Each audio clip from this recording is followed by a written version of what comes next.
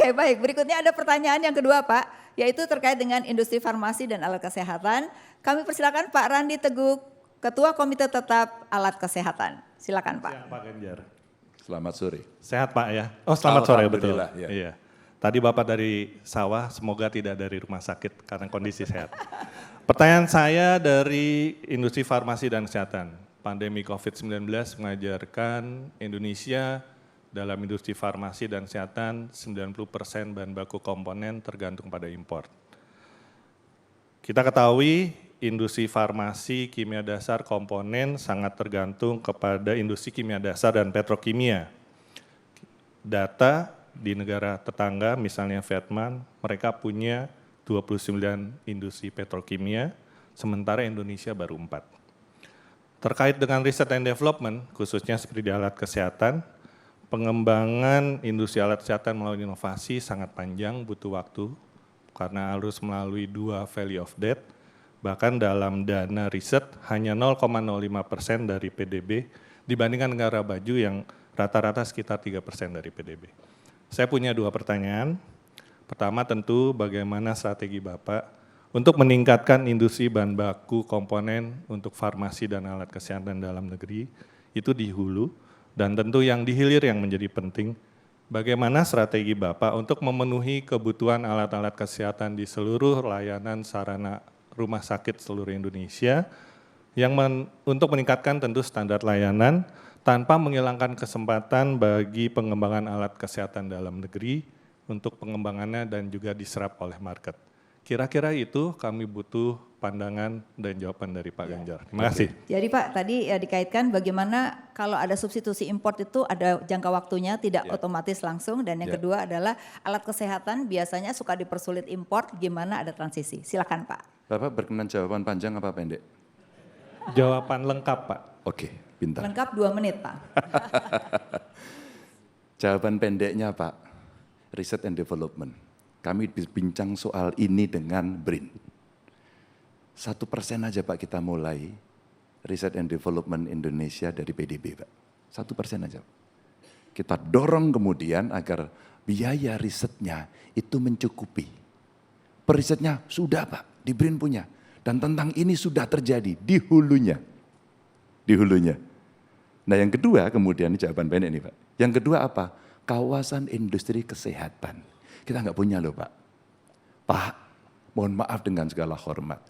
Setiap kami menyusun anggaran, pengalaman saya 10 tahun menjadi gubernur, permintaan tertinggi adalah Alkes Pak.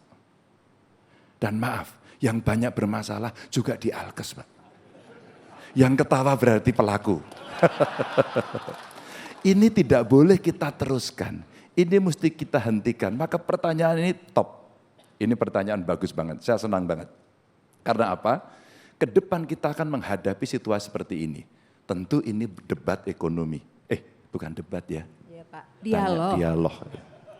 Ini dialog ekonomi. Tapi sebenarnya ada dialog ketahanan nasional Pak. Karena apa? Kalau kita bicara teori persenjataan, kayak debat kemarin itu. Ya. Sekarang kita bicara, Bapak Ibu bicara enggak senjata biologi? Kita tentu tidak akan menilai apakah COVID itu sebuah virus yang begitu saja, apakah sebenarnya ini depopulisasi. Itu kan terjadi perdebatan panjang. Oke, lupakan. Tapi ke depan ini bukan tidak mungkin akan terjadi. Bukan tidak mungkin. Kenapa Ebola hanya di Afrika tidak sampai di sini? Kenapa? Maka kemudian riset and development-nya anggarannya dinaikkan Pak. Terus kemudian produksi dalam negeri dimulai. Bahasa saya Pak, dimulai. Saya tidak menjadi utopis yang kemudian besok pemerintahan saya beres selama 5 tahun. No way. SDM kita tahu kok. Bung Karno itu pernah mengingatkan, Indonesia mau jadi negara besar enggak? Kalau mau jadi negara besar, ada 2 hal yang harus dipenuhi. 1 logam dasar, 2 kimia dasar. Kimia dasar kita Pak belum beres sampai hari ini. Maka ketika dengan Kadin ini kayaknya pertanyaan Bapak ini oke Pak. Halo Kadin. Berarti diperhatikan ya Pak ya. Halo kawan-kawan Kadin.